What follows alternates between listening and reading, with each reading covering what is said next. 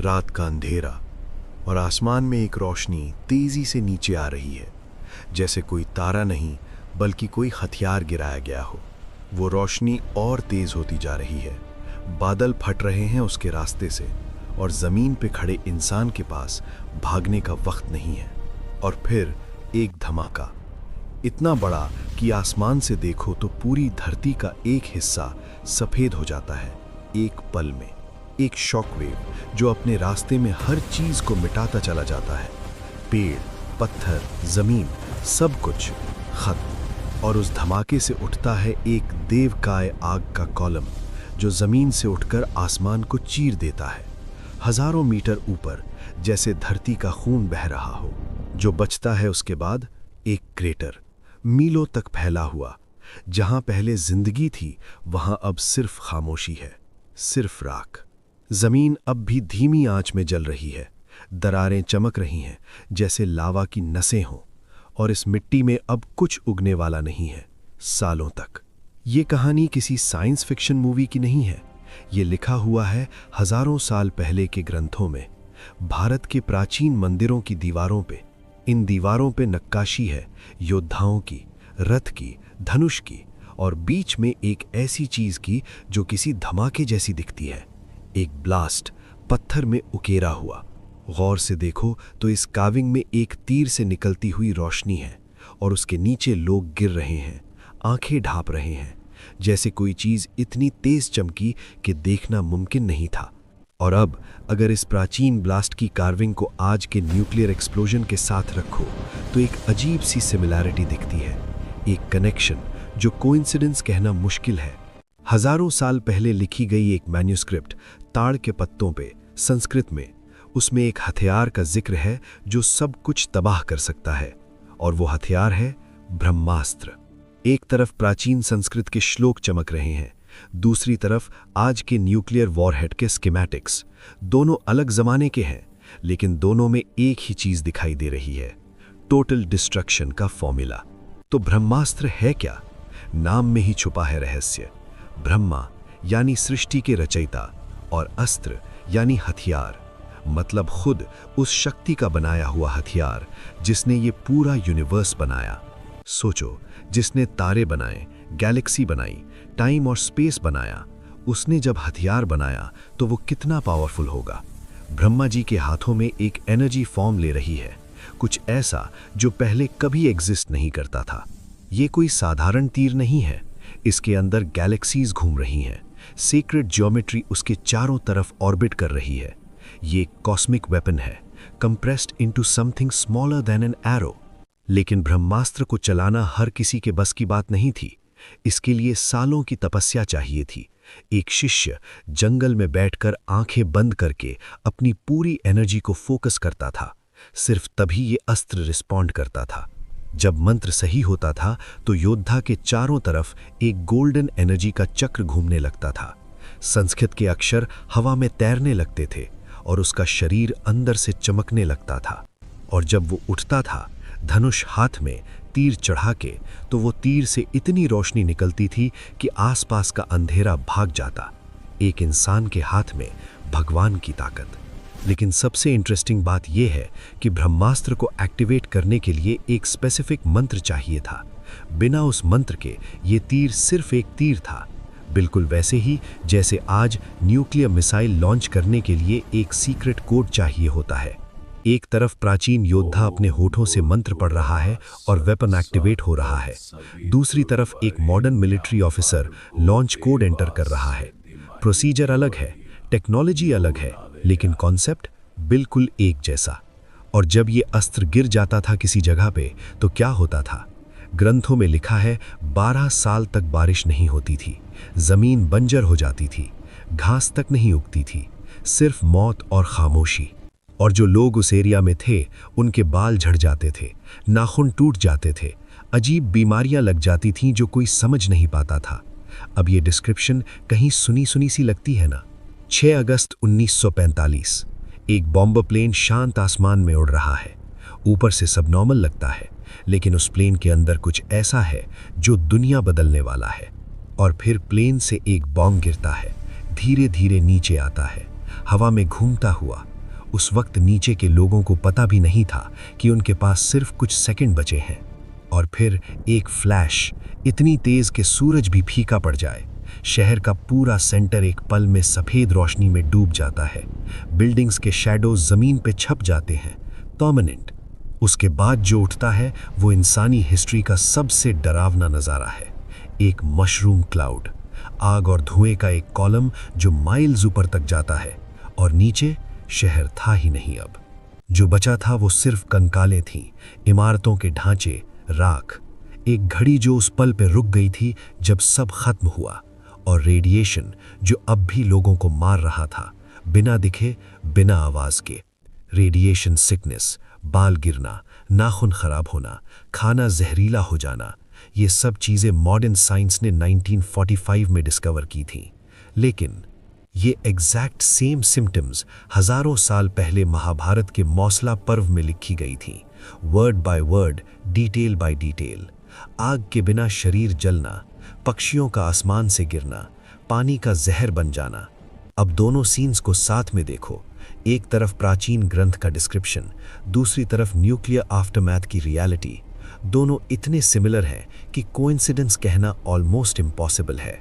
और सबसे चौंका देने वाली बात अभी आनी बाकी है। 1945, न्यू मैक्सिको का डेजर्ट।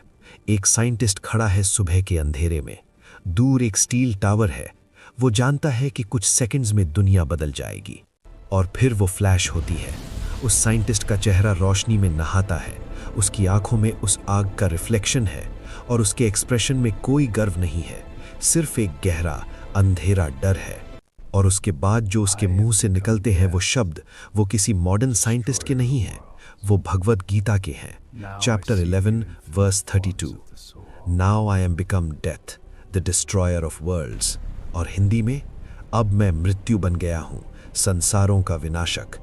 ये लाइन उस साइंटिस्ट ने कही थी क्योंकि वो संस्कृत पढ़ते थे। उन्होंने गीता का अध्ययन किया था, और उन्होंने खुद माना था कि प्राचीन भारत को कुछ ऐसा पता था जो हम अभी अभी डिस्कवर कर रहे हैं। अब चलते हैं वहां जहां ब्रह्मास्त्र एक्चुअली चला था। महाभारत, कुरुक्षेत्र का मैदान। दो देवकाय सेनाएं आमने सामने, हजारों योद्धा, हाथी, घोड़े, रथ। इतना बड़ा युद्ध कि धरती कांप रही थी।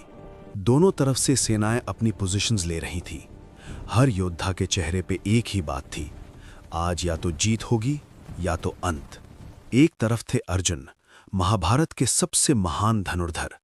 उनके हाथ में था गांडीवा, एक ऐसा धनुष जिसमें खुद से एक डिवाइन चमक थी, और उनके आर्मर पे भगवान की नक्काशी थी। और दूसरी तरफ था अश्वत्थामा, द्रोणाचार्य का बेटा, एक योद्धा जिसने सब कुछ खो दिया था। उसका चेहरा गुस्से और दर्द से भरा था। उसकी आंखें खून से लाल थीं, और उसके माथे पे एक लाल मणि चमक रही थी, जैसे अंदर कोई आग जल रही हो। दोनों आमने सामने, दोनों के हाथों में धनुष, बीच में सिर्फ कुछ मीटर की दूरी। और दोनों जानते हैं अब जो होगा वो वापस नहीं होगा। अश्वत्थामा ने पहले ब्रह्मास्त्र छोड़ दिया। गुस्से में, दर्द में उसके तीर से लाल रोशनी फूट पड़ी। एनर्जी इतनी तेज थी कि उसकी आंखें चमक उठी। ये कोई युद्ध नहीं था, अब ये सर्वनाश था। अर्जुन ने जवाब दिया, शांत, फोकस्ड। उनके तीर से गोल्डन रोशनी निकली। सेक्रेड जियोमेट्री उसके चारों तरफ घूमने लगी। ये दो ब्रह्मास्त्र थे, एक दूसरे की तरफ बढ़ रहे थे। दो बीम्स, एक लाल, एक सुनहरी, बैटलफील्ड के ऊपर से गुजरते हुए एक दूसरे की तरफ लपके। जमीन फट रही थी उनके नीचे, सैनिक भाग रहे थे, घोड़े पागल हो रहे थे। और फिर दोनों टकराए। उस पल एक ऐसी रोशनी फूट पड़ी कि पूरा आसमान सफेद हो गया। जमीन ऊपर उठी, बिजली चमकी हर रंग की, और उस एक पल में पूरी सृष्टि खत्म होने के कगार पे आ गई। आसमान फटा हुआ था, पेड़ उड़ रहे थे, नदियां सूख रही थीं, हर तरफ तबाही थी। दो ब्रह्मास्त्र का आपस में टकराना ये किसी भी चीज से ज्यादा खतरनाक था।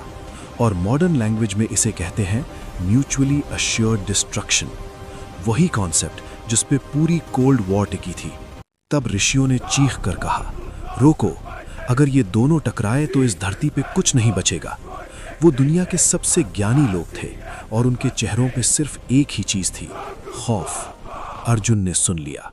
उन्होंने अपनी आंखें बंद की, हाथ में एक मुद्रा बनाई और रिकॉल मंत्र पढ़ा। उनकी गोल्डन एनर्जी धीरे धीरे वापस आ गई, उनके तीर में सिमट गई, क्योंकि अर्जुन को सिखाया गया था ना सिर्फ चलाना बल्कि वापस बुलाना भी।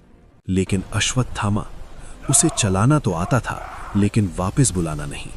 उसकी लाल एनर्जी बीम बेकाबू हो गई, हवा में सांप की तरह लहराया और डायरेक्शन बदल लिया।